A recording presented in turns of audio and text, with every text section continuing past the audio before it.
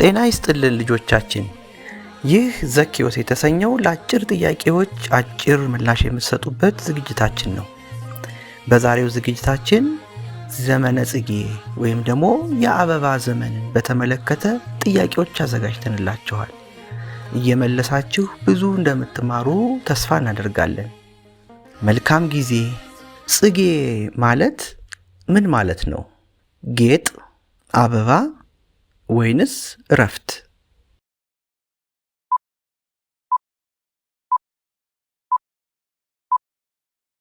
አበባ ካላችሁ በትክክል መልሳችኋል። ጽጌ የሚለው ቃል ጸገየ ከሚለው የግዕዝ ቃል የተገኘ ሲሆን ማበብ፣ አበባ እንደማለት ነው። ዘመነ ጽጌ የሚባለው ከመቼ እስከ መቼ ያለው ጊዜ ነው? ከመስከረም 1 እስከ መስከረም 30፣ ከመስከረም 26 እስከ ህዳር 6 ወይንስ ከመስከረም 26 እስከ ታህሳስ 25?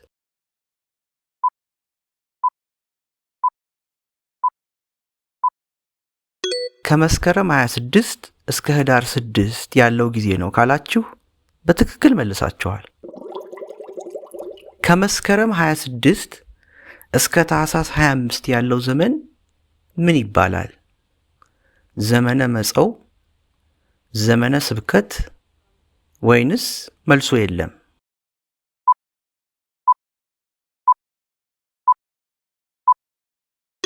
ዘመነ መጸው ካላችሁ በትክክል መልሳችኋል። ይህ ዘመነ መጸው ማለት የንፋስ ዘመን ነው። ከአራቱ አዝማናት መካከል አንዱ ነው። ዘመነ ክረምትን ተከትሎ የሚመጣ ነው። በዚህ በዘመነ መጸው ውስጥ ዘመነ ጽጌ፣ ዘመነ አስተምህሮ፣ ዘመነ ስብከት፣ ዘመነ ብርሃንና ዘመነ ኖላዊ የሚባሉ ደግሞ ንዑሳን አዝማናት አሉ። በዘመነ ጽጌ በቤተ ክርስቲያናችን የሚቀርበው ማህሌት ምን በመባል ይታወቃል?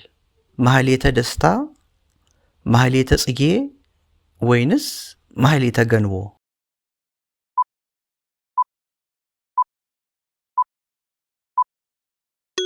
ማህሌተ ጽጌ ይባላል ካላችሁ በትክክል መልሳችኋል።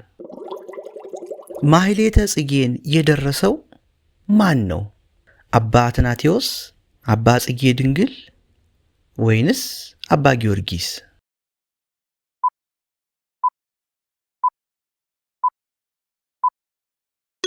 አባ ጽጌ ድንግል ካላችሁ ትክክል ናችሁ።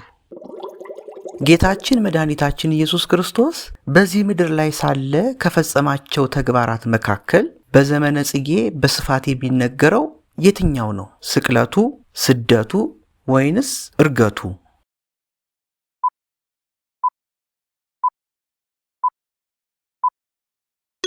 ስደቱ ካላችሁ በትክክል መልሳችኋል።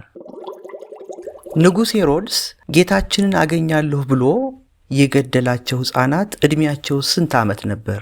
ከ1 ዓመት በታች፣ ከ2 ዓመት በታች ወይንስ 5 ዓመት ነበር?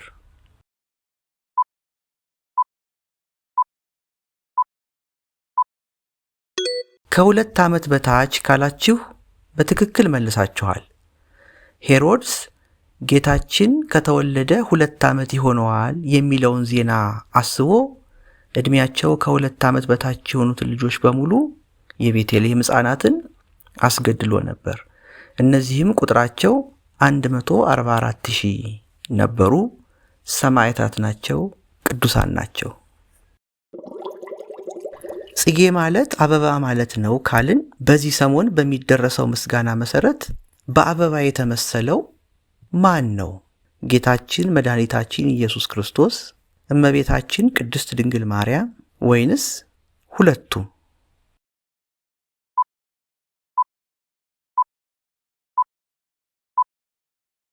ሁለቱም ካላችሁ በትክክል መልሳችኋል። ነቢዩ ኢሳይያስ ከእሴይ ስር በትር ትወጣለች ከእርሷም አበባ ይገኛል በማለት ጌታችንን በአበባው እመቤታችንን ደግሞ በበትር መስሎ ተናግሯል።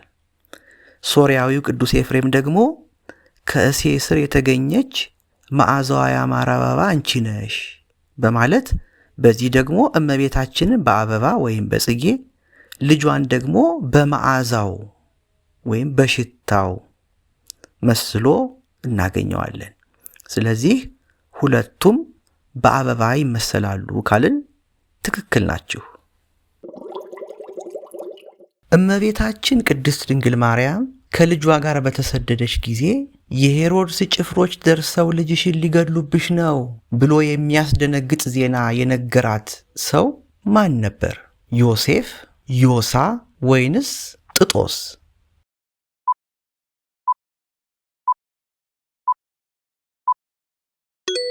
ዮሳ ካላችሁ ትክክል ናችሁ። ዮሳ ማለት የዮሴፍ ልጅ ሲሆን እመቤታችንን በማስደንገጡና ይህንን ቃል በመናገሩ ጌታችን እስከ ዕለተ ምጽአት ድረስ ድንጋይ ሆኖ እንዲቆይ አድርጎታል። የእግዚአብሔር መልአክ ሕፃኑንና እናቱን ይዘህ ወደ ግብፅ ሽሽ ብሎ የነገረው ለማን ነበር? ለቅዱስ ዮሴፍ፣ ለቅድስት ሰሎሜ ወይንስ ለሁለቱም?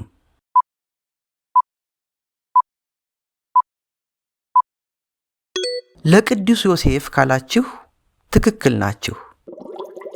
እመቤታችን ከልጇ ጋር በስደት የቆየችው ለምን ያህል ጊዜ ነው? ለ42 ወራት፣ ለ3 ዓመታት ወይንስ ለ6 ዓመታት?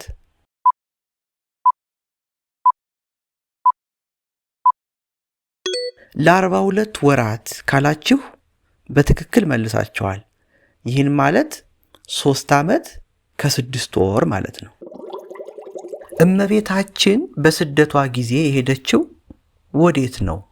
ወደ ግብፅ፣ ወደ ኢትዮጵያ ወይንስ ሁለቱም ጋር ደርሳለች?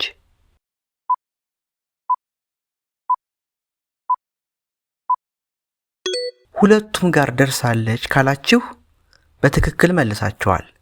ብዙውን ጊዜ በግብፅ በረሃዎች አሳልፋለች። ጥቂት ጊዜያት ደግሞ ወደ ኢትዮጵያ መጥታ ኢትዮጵያን ባርካለች። በልጇም አማካኝነት ኢትዮጵያ ርስት ተደርጋ ተሰጥታታለች። ልጆቻችን መቼም በዘመነ ጽጌ ጾም እንዳለ ታውቃላችሁ። ለመሆኑ ጾመ ጽጌን የሚጾመው ማን ነው? ዕድሜው ከ7 ዓመት በላይ የሆነ ሁሉ የግድ ይጾመዋል? ፈቃደኛ የሆነ ማንኛውም ክርስቲያን ሊጾመው ይችላል? ወይንስ ካህናትና የቤተ ክርስቲያን አገልጋዮች ብቻ በፈቃዳቸው ይጾሙታል?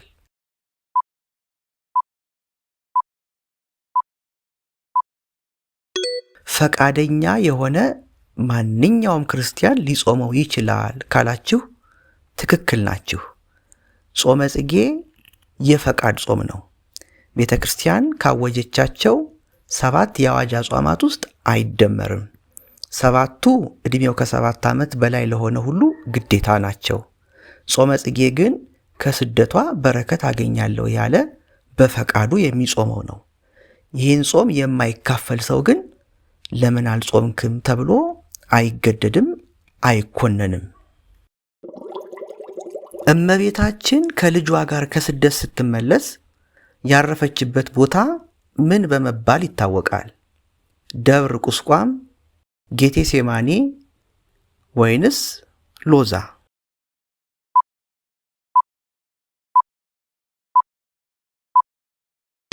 ደብረ ቁስቋም ወይም የቁስቋም ተራራ ነው ካላችሁ በትክክል መልሳችኋል።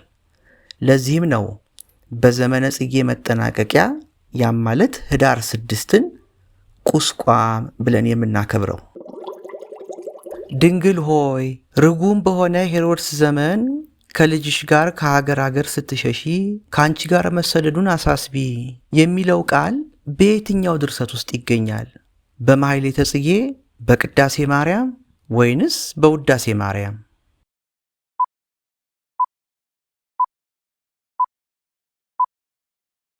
በቅዳሴ ማርያም ካላችሁ በትክክል መልሳችኋል።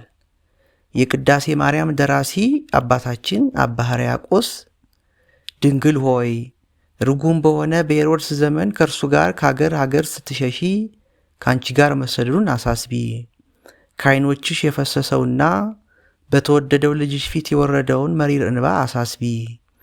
ድንግል ሆይ ረሃብና ጥሙን፣ ችግሩና ሐዘኑን፣ ከእርሱ ጋር የደረሰብሽን ጭንቅ ሁሉ አሳስቢ እያለ በቅዳሴው የስደቷን ነገር እንድናስብ ይነግረናል። ከእመቤታችን ስደት ረድኤት በረከትን ያሳትፈን።